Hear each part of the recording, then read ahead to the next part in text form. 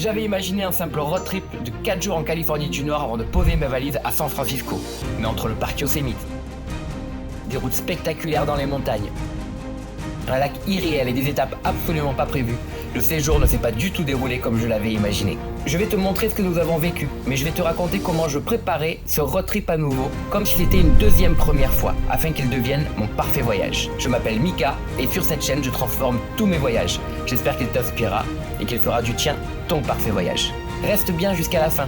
Je vais te donner des petits conseils, notamment comment économiser de l'argent. Je vais t'expliquer comment j'ai réussi à économiser 1400 $ juste sur les hôtels. Alors abonne-toi, je te file tous mes tips pour un parfait voyage. Bon, ça y est, après 15 heures de vol, on arrive en Californie. Franchement, le truc que je redoutais le plus, c'est l'immigration.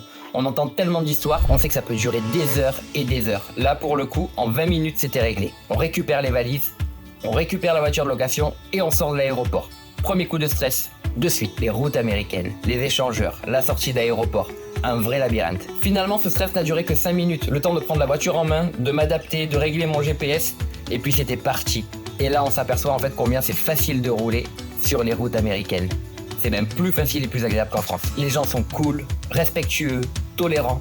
La route est fluide. En même temps, je dis ça, j'habite dans le sud de la France. C'est pas vraiment une référence. Notre objectif, c'est Yosemite. Mais après 15 heures de voyage, je voulais pas prendre le risque de faire 4 heures de route parce que le coup de fatigue, je le redoutais vraiment. Alors on avait décidé de prendre une ville-étape à Merced, l'histoire de bien dormir, de se reposer, de se lever tôt le lendemain matin et d'attaquer la journée en pleine forme. Bon, ça c'était le plan, parce que la Silicon Valley un vendredi à 15h, ça se passe pas du tout comme prévu. Entre la circulation sur le San Mateo Bridge, un pont de 6 miles qui traverse toute la baie de San Francisco, les bouchons dans la Silicon Valley, un départ d'incendie, Waze a décidé de nous changer d'itinéraire. Et finalement, je crois que c'est la meilleure chose qui nous soit arrivée. Alors ok, on aura mis plus de 3 heures au lieu d'1h50, mais ça en valait la peine. Grâce à Waze, on quitte l'autoroute et là on emprunte des petites routes de campagne vallonnées au milieu de collines et de prairies dorées avec des herbes jaunes.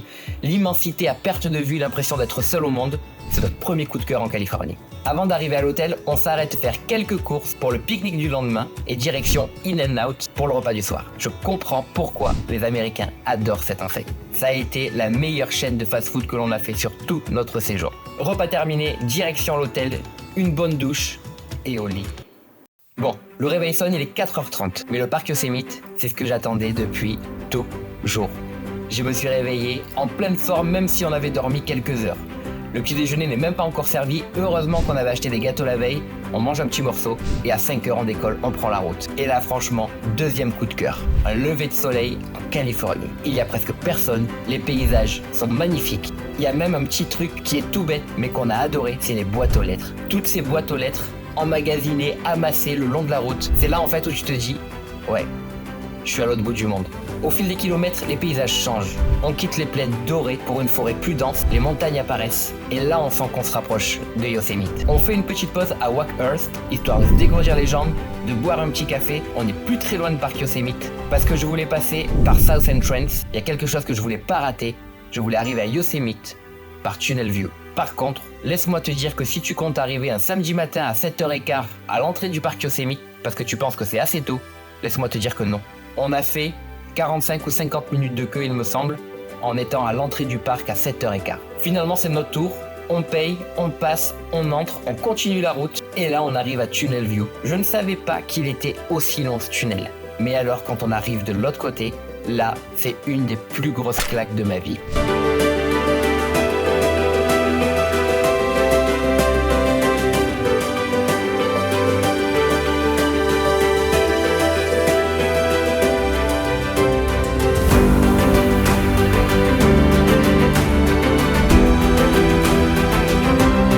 Cette vue, je l'avais vue des centaines de fois, en photo, en vidéo, mais y être en vrai, ça n'a rien de comparable. Si vous devez choisir une entrée, c'est celle-là. Surtout si c'est votre première fois. Une fois dans la vallée, il y a une autre épreuve, et pas la plus facile, c'est trouver une place. Finalement, on vire, on tourne et on en trouve une à côté de Yosemite Valley Lodge. Ce qui finalement n'est pas plus mal, parce qu'on sort de la voiture, on décide de commencer la visite de Yosemite Valley à pied, et en fait on est directement garé à côté de Yosemite Falls. Et Yosemite Falls, il faut savoir que c'est la plus haute chute d'eau des États-Unis.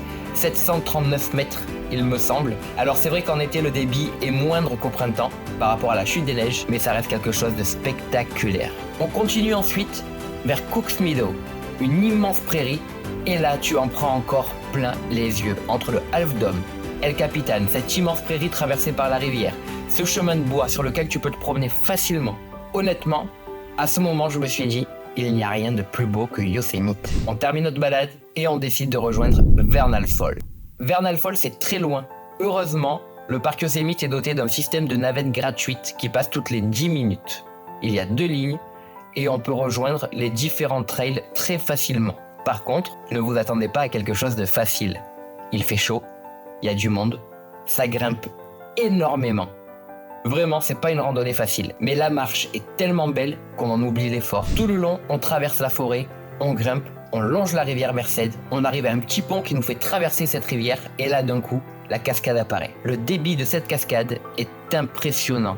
On peut se rendre compte de la force et de la puissance de la nature. On peut aller jusqu'au sommet, on ne l'a pas fait, c'est long, c'est dur. Il y a énormément de marches, mais c'est surtout qu'il y avait énormément de monde.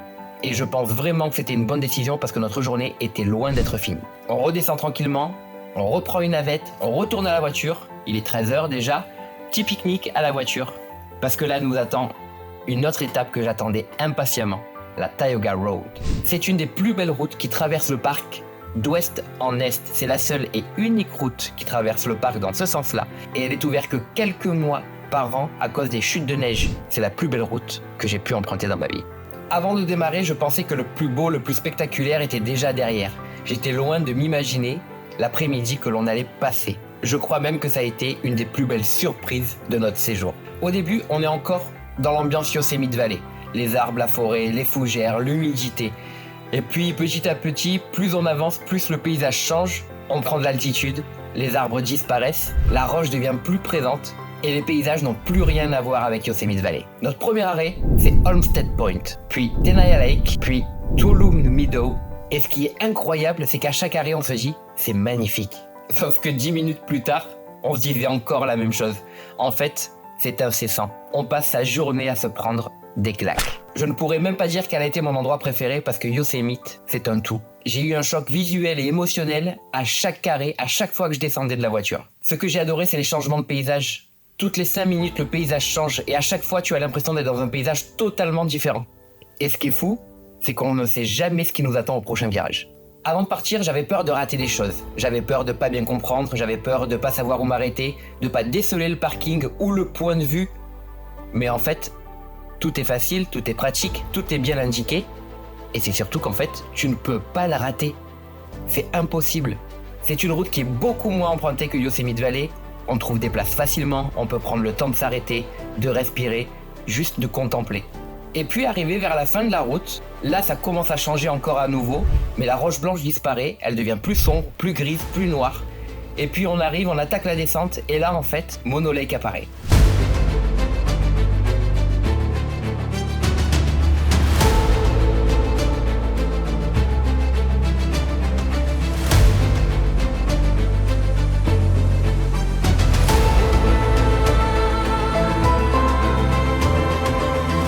Mono Lake, c'est une immense étendue d'eau avec un îlot volcanique, mais il a une grande particularité. C'est que c'est un lac alcalin. C'est de l'eau salée qui est autant salée que la mer morte. On a vraiment l'impression d'arriver sur une autre planète. En fin d'après-midi, on arrive à Living, la première ville de l'autre côté du parc. On rejoint notre motel, on pose nos valises. C'est un motel en bord de route, assez sympa parce que assez vieillot, assez rustique, mais totalement à l'image de cette ville qui paraît figée dans le temps. On s'installe dans la chambre. Et là, pour la première fois de la journée, on sent le coup de fatigue. Du coup, on décide de se poser une petite heure, histoire de récupérer un petit peu. Et vraiment, on a bien fait. Le dernier objectif de cette journée, c'était un coucher de soleil sur Mono Lake. On prend la voiture, 15 petites minutes de route, et on arrive à South Tufa Area. On quitte la route principale, on prend un petit chemin de terre, on se gare, petite marche de 5 minutes pour arriver au bord du lac, et là, nouvelle claque. Il fait encore grand jour, mais c'est pas pour ça qu'on est venu. Alors on profite, on fait un petit tour du lac, on regarde, on contemple, on s'assoit, on se repose encore un peu sur un petit banc au bord de l'eau. On prend notre temps, et il y a un petit truc étrange là-bas, c'est les mouches noires, qui s'amassent les unes aux autres au bord de l'eau ou au sol et qui forment tout un amas, et en fait qui s'intègrent complètement dans le paysage. Quand on les voit de loin, on ne sait même pas que ce sont des mouches. Et puis la Golden Hour arrive, et là tout change. Le ciel devient rose-orangé, le lac devient un miroir, les tufas s'éclairent. Les tufas, ce sont ces géantes de pierre façonnées par le lac, par cette eau salée et ce mélange d'argile qui sont sortis de l'eau depuis des centaines et des centaines d'années, peut-être même des milliers. On reste là, à profiter, sans vraiment parler, à contempler, juste à prendre des photos. Et en fait, je crois que c'est ce que j'aime dans les road trips, c'est qu'il y a des moments où on court partout, pour tout voir, pour tout engloutir. Et il y a des moments comme ça, où on n'a rien d'autre à faire que d'admirer.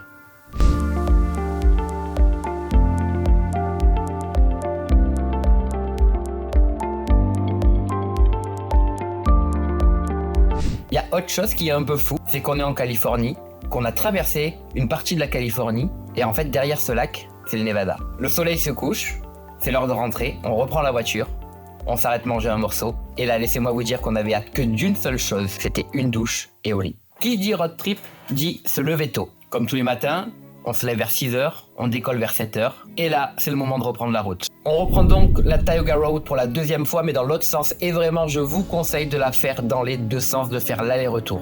Le paysage n'est pas le même, on voit des choses que l'on n'avait pas vues. Et il y a quelque chose d'important, c'est l'heure. Vous ne passerez pas aux mêmes heures. Comme on est parti très tôt, on repasse forcément par Tuolumne Meadows. Et là, c'est le matin tôt, et bien c'est plus la même prairie. La prairie est remplie de biches sauvages. Il y a un petit parking, on s'arrête, on sort de la voiture, on fait pas de bruit. On avance tranquillement, elles nous regardent mais elles n'ont pas peur. Elles ne sont pas effrayées, ce qui nous permet d'avancer au plus près sans les déranger. On s'assoit.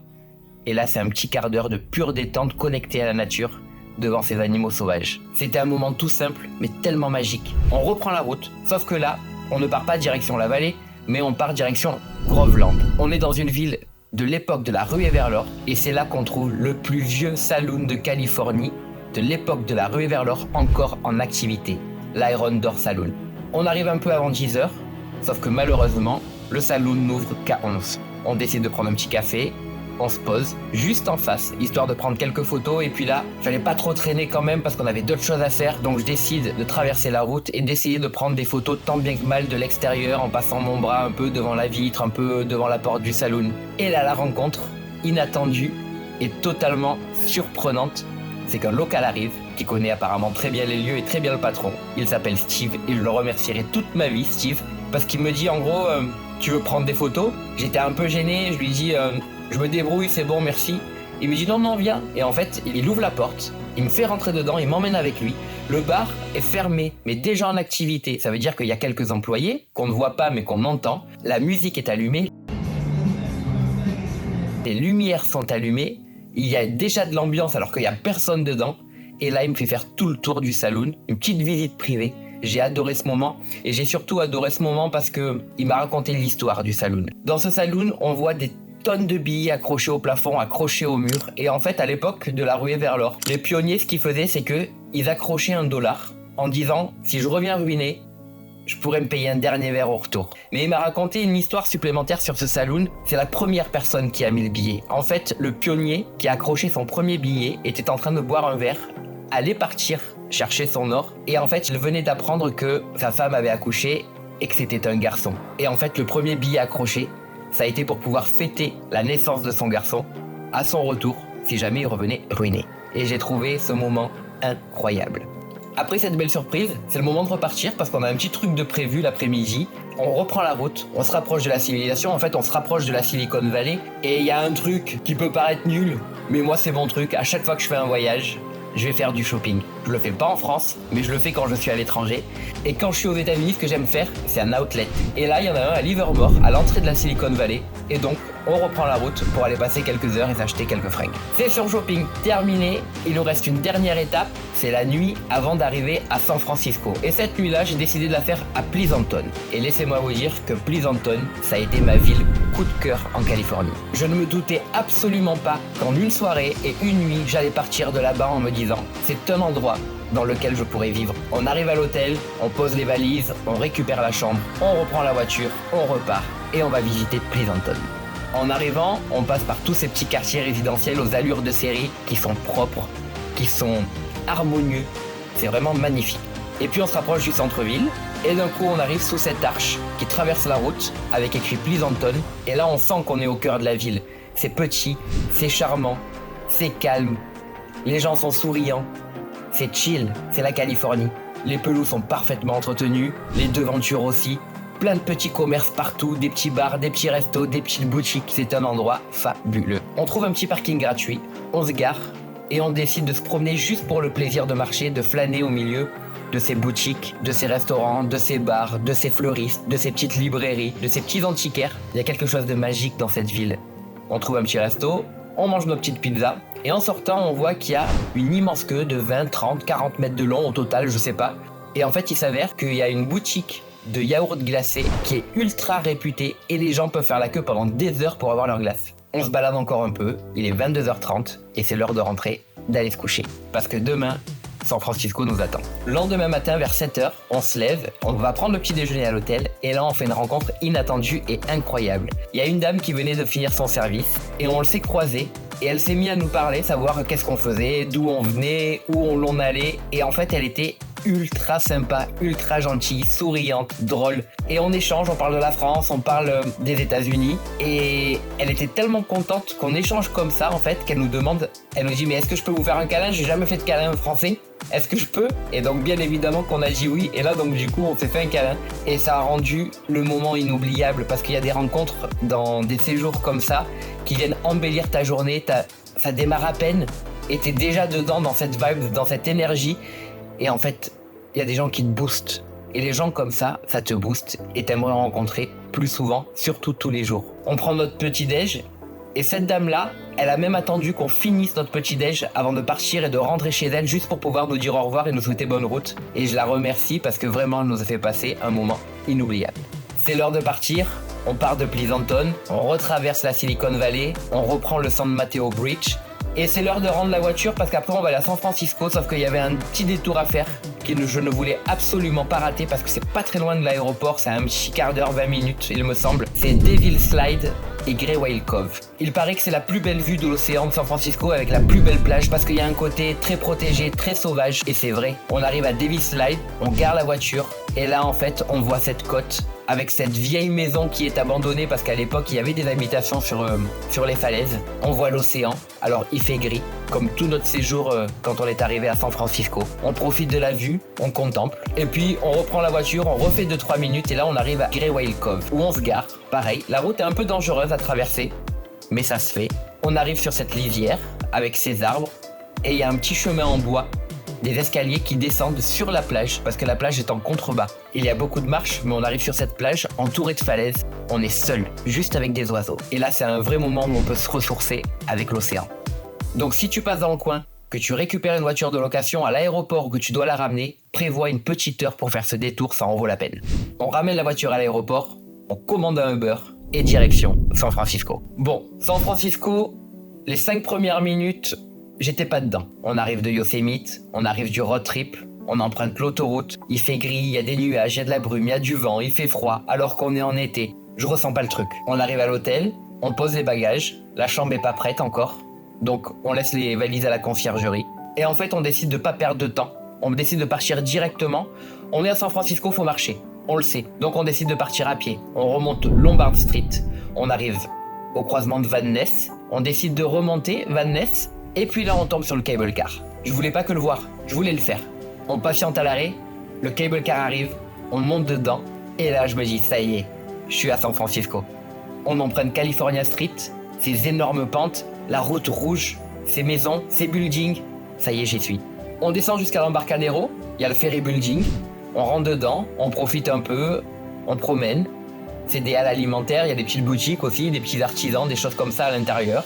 On fait une petite balade d'une petite demi-heure. Et là, en fait, ce jour-là, il y a un match de la Coupe du Monde, il y a la France qui joue. Donc on décide de pas faire comme tous les touristes, de pas remonter, de pas faire tout le waterfront pour remonter jusqu'à Pier 39. On décide plutôt de partir de l'autre côté, vers Mission Bay, pour aller voir le match. On trouve un immense bar version Las Vegas avec des écrans géants de partout. On se commande 2 bières. Le match commence. On commence à faire les supporters, alors qu'en réalité, ce sont les seuls matchs de foot que l'on va regarder. Le match se joue à Boston, je crois, et puis il y a un orage, le match est interrompu. On décide de raccourcir notre session sport. On paye nos bières, qui font très mal. $30 les 2 bières. Et on se remet en mode touriste. Franchement, ça nous a fait rire, mais ça résume bien le voyage. On a prévu des choses, mais on s'est laissé du temps pour l'imprévu. Pendant ces 5 jours passés à San Francisco, ce qui m'a le plus marqué, finalement, ce sont pas les monuments ou les activités. C'est que chaque quartier est complètement différent. Tu prends un bus, tu changes d'ambiance. Mission District, c'est les fresques, l'ambiance latino, un peu ghetto, mais chill, bonne ambiance, bonne vibes, le street art. Il y a des belles boutiques aussi. Haight-Ashbury. Là, c'est le quartier hippie. Tout est coloré, good vibes, hyper chill. Et surtout, il y a le magasin Amoeba Music qu'il ne faut surtout pas rater. Vraiment, il faut le voir. Chinatown. Là, on a vraiment l'impression d'être dans un décor de film. D'ailleurs, c'est pas pour rien que certains films qui se passent en Chine ont été tournés là-bas. North Beach, c'est hyper agréable, surtout le soir. Plein de bars, plein de restos, plein de monde, c'est vivant, sans être étouffant. On adore. Et finalement, il y a un quartier que j'ai adoré, que j'ai mis du temps à visiter. C'est le quartier autour de la marina. C'est celui où il y avait notre hôtel. Et en fait, toutes les rues autour de Lombard Street, c'est hyper local. C'est les habitants de San Francisco. Donc c'est jeune, ça bouge, ça rit, il y a de la vie, il y a des bars, il y a des restos, il y a des petits magasins. Alors Lombard Street, non, mais vraiment les 2-3 rues derrière, c'est vraiment un super quartier pour se promener le soir. Après, il y a des moments bien évidemment que je suis pas prêt d'oublier. Traverser le Golden Gate à vélo. C'était un moment incroyable. Je l'ai fait sans assistance électrique. J'ai regretté tout le long de la traversée. Alors je vais être honnête, je n'ai pas fait que la traversée. On a fait un circuit de presque 40 km au total. Mais laissez-moi vous dire que San Francisco, c'est dur. À pied, à vélo, c'est dur. Alors au cas où, ne faites pas la même erreur. Prenez un vélo électrique parce que j'en ai bavé. Ensuite, il y a Alcatraz de nuit. Que dire ? Alcatraz déjà, c'est ouf. Le faire la nuit avec peu de monde, une autre ambiance, un autre décor, une autre atmosphère. Ça rajoute un côté un peu plus glauque, un peu plus lugubre, mais un peu plus angoissant, sans que ça fasse peur. Je rassure au cas où, faites-le. Il y a eu des moments aussi complètement inattendus. Par exemple, on est tombé par hasard sur la Gay Pride Trans. C'était notre toute première Gay Pride Trans. Je savais même pas que ça existait. Et en fait, ça nous a fait passer une petite demi-heure, 3/4 d'heure, ultra festif, ultra sympa, en plein downtown. Ben ça, c'est le genre de choses qu'on aime. C'est pas prévu, on est là, ça passe par là, on s'arrête, on regarde, on profite. Et en fait, San Francisco, c'est ça. Et puis, il y a Nintendo Store. Alors, on va dire Nintendo, mais en réalité, je ne savais même pas qu'il y avait des Nintendo Store.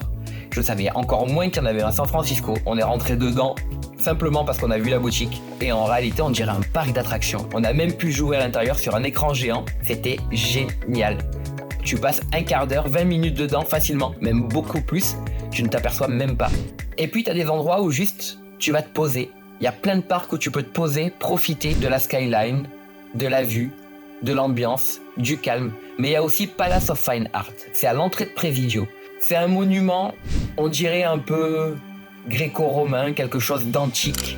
Alors qu'en réalité, c'est tout récent. Mais c'est très bien fait, c'est très calme, c'est peace. Vraiment. C'est un endroit où on peut savourer le temps et prendre le temps de se poser, de se reposer. Il y a autre chose à San Francisco parce que j'avais un petit a priori là-dessus.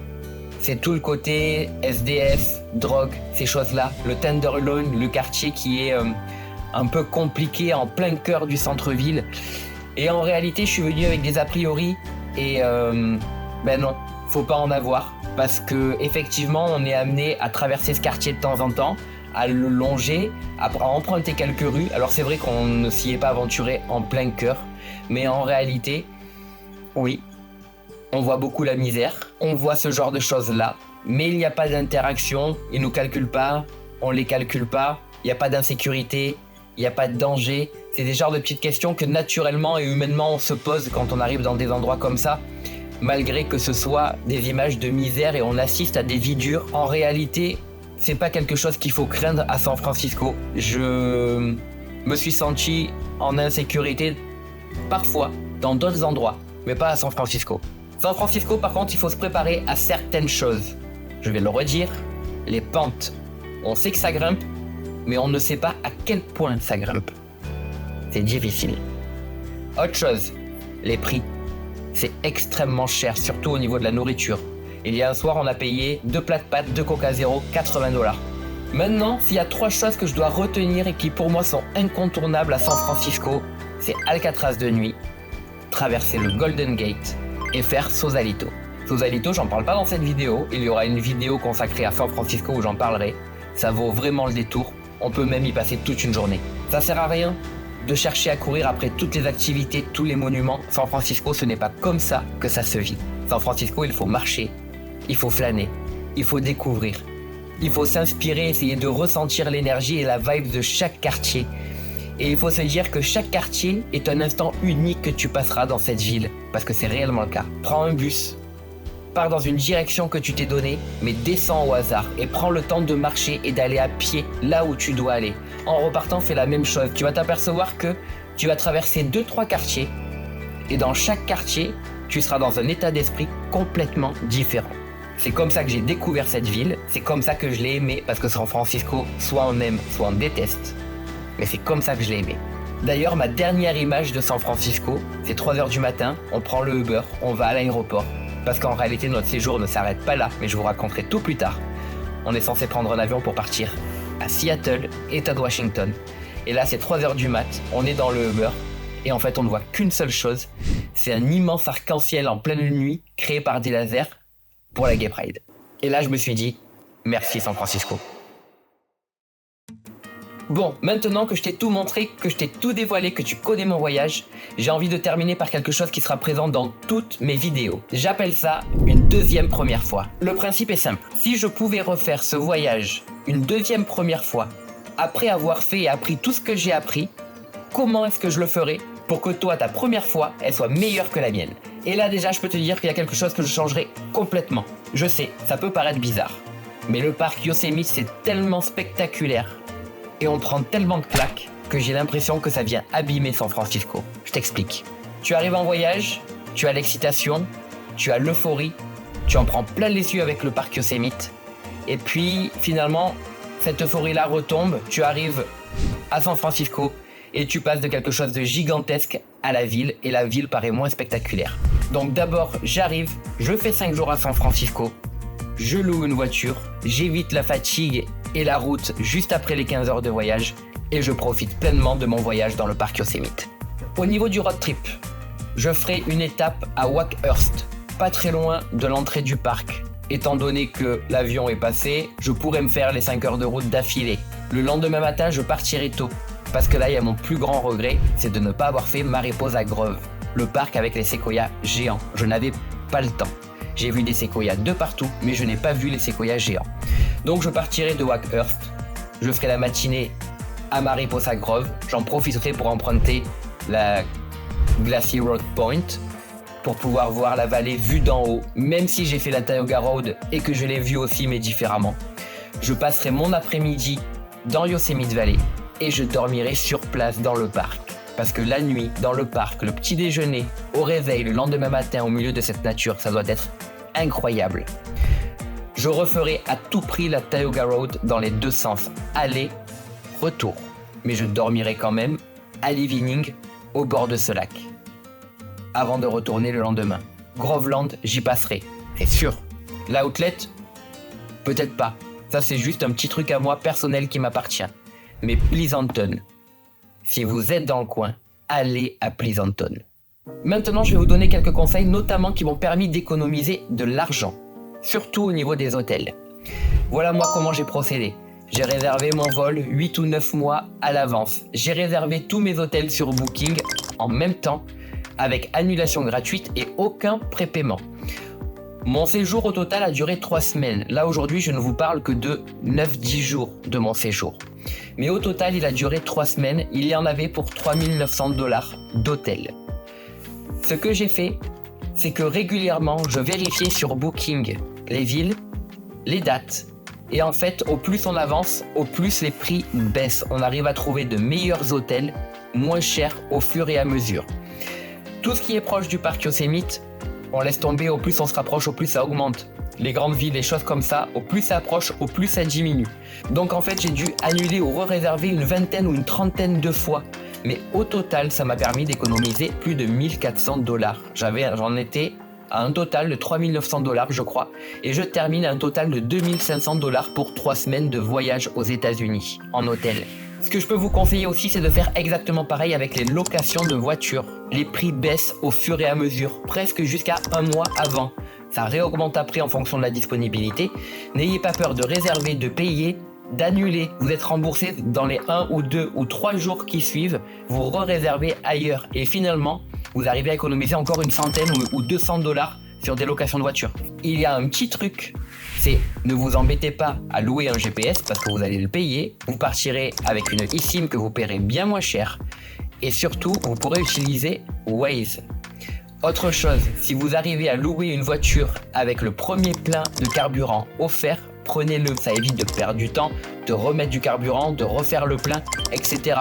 Parfois, avec un plein, vous arrivez à faire plusieurs jours, donc en fait, vous ne dépensez même pas d'argent en carburant. Mes billets d'avion, je les ai pris 8 ou 9 mois en avance. Alors là, je suis passé par Skyscanner, et en fait, on a pris que des allées simples parce qu'on a fait un multi-destination, et on a payé 1 000 € par personne pour faire Marseille, Paris, San Francisco, Seattle, Chicago et Chicago, Marseille. Réservez bien à l'avance et n'hésitez pas à comparer pour les billets d'avion. N'hésitez pas aussi à décaler les dates de certaines villes, certains jours, d'échanger, commencer par une ville puis finir par une autre. En fonction des événements, les prix peuvent changer. Pour économiser de l'argent au niveau de la nourriture, nous, ce qu'on a fait, alors il y a plusieurs raisons. La première, c'est le budget. La deuxième, c'est le poids. Quand on est parti à New York une semaine, on a tellement bouffé qu'on a pris 5 kilos chacun en une semaine. Là, on s'est dit, c'est hors de question. Ce qu'on a fait, c'est que tous les midis, on allait s'acheter dans un supermarché, Walmart, Target, toutes ces enseignes-là. On se prenait une salade, un peu de chips, 2-3 cookies et on se faisait le pique-nique comme ça. On profitait du coup de la ville, on pique-niquait en pleine ville, mais ça nous coûtait 15 $ pour deux, le repas du midi. Ça nous laissait un budget conséquent le soir pour pouvoir profiter d'un bon resto, d'un fast-food ou de ce que l'on avait envie. Ne prends pas que des Uber, les Uber sont chers. Chaque ville a son application pour les transports en commun avec un pass illimité. À San Francisco, je crois que c'était 47 $ le pass illimité pour la semaine. Ça vaut vraiment le coup parce qu'un seul trajet en cable car, c'est 9 $. Dans ce pass à 47 $, on avait tous les cable cars illimités, les bus, les tramways, les métros. Là maintenant, je vais te partager 2-3 conseils qui vont t'éviter quelques petites galères. On pense à la Californie, on se dit qu'il fait chaud. Pas forcément. Pas à San Francisco. Il devait faire 10 degrés le matin, 15-16 l'après-midi avec du vent, de la brume, des nuages. Prévoyez des vêtements chauds quand vous êtes sur le Golden Gate. Je savais, j'ai vu moi aussi les vidéos comme quoi il y a du vent, il fait froid. Oui, mais on s'est dit oui, mais on est fin juin, début juillet. Non, il fait réellement froid, mais il fait froid tout le temps, le matin, le soir. Il y a 2 heures de soleil par jour, de 14h à 16h. Prévoyez une veste, un pull, un coupe-vent, un kawaii, des jogging. Si vous allez à San Francisco, prévoyez. Je vous ai déjà donné le conseil, partir avec une eSIM, Olafly, peu importe, quelque chose comme ça. Moi j'ai le forfait chez Free illimité même à l'étranger, donc je suis parti avec ça, ça a très bien fonctionné et on économise encore de l'argent. Et vous avez du réseau, internet, vous pouvez contacter vos proches, vous pouvez utiliser vos réseaux sociaux. Prévoyez dans une eSIM. Autre chose, si vous faites des séjours comme ça, une assurance santé. C'est important. La santé aux États-Unis coûte extrêmement cher. Je crois que nous, là, on a pris une assurance santé chez Emondo pour 3 semaines. Ça nous a coûté un truc du style 120-140 € pour les 3 semaines. On était assuré à une hauteur de 750 000 € chacun, quelque chose comme ça. Mais on a fait de la voiture, on a fait du vélo, on a pris le bateau, on a fait de la rando. Il peut nous arriver quoi que ce soit, on sera couvert. Encore un autre conseil. Les bagages, surtout si vous faites les magasins. J'ai vu des tas de personnes bloquées à l'aéroport parce que leurs bagages dépassaient le poids. Ils allaient devoir payer un supplément. Prenez un pèse-bagages avec vous. Ça coûte pas grand-chose, ça prend pas de place. Vous allez pouvoir peser vos bagages, vous allez pouvoir répartir comme il faut et ça va éviter les galères à l'aéroport et les surcoûts. Bien évidemment, vous le savez, n'oubliez pas les adaptateurs pour les prises américaines, sinon vos appareils avec vos prises françaises ne pourront pas se brancher et vous ne pourrez pas les utiliser. Et un dernier truc, quand vous avez des activités comme Alcatraz de nuit, pensez à réserver à l'avance. Les places sont restreintes et ça vaut le coup. Si je peux vous donner un dernier conseil, c'est ne cherchez pas à remplir tout le temps votre journée. Laissez des moments libres. Laissez des moments pour l'inattendu, laissez des moments pour l'imprévu, laissez des moments pour vous faire plaisir, laissez des moments pour vous reposer, parce que tout ça, c'est ce qui va faire que votre voyage sera parfait. Finalement, ce sont ces moments-là qui deviennent les plus beaux souvenirs. Alors j'espère que cette deuxième première fois t'aidera à construire ton voyage parfait. Et si grâce à cette vidéo, ta première fois est meilleure que la mienne, ce sera mission accomplie. Si cette vidéo t'a plu, pense à t'abonner, à liker et à commenter. Surtout, n'hésite pas à me poser tes questions en commentaire. Ou si tu prépares toi aussi un voyage et que tu as besoin de conseils, n'hésite pas à me le partager, je me ferai un plaisir d'y répondre. À bientôt.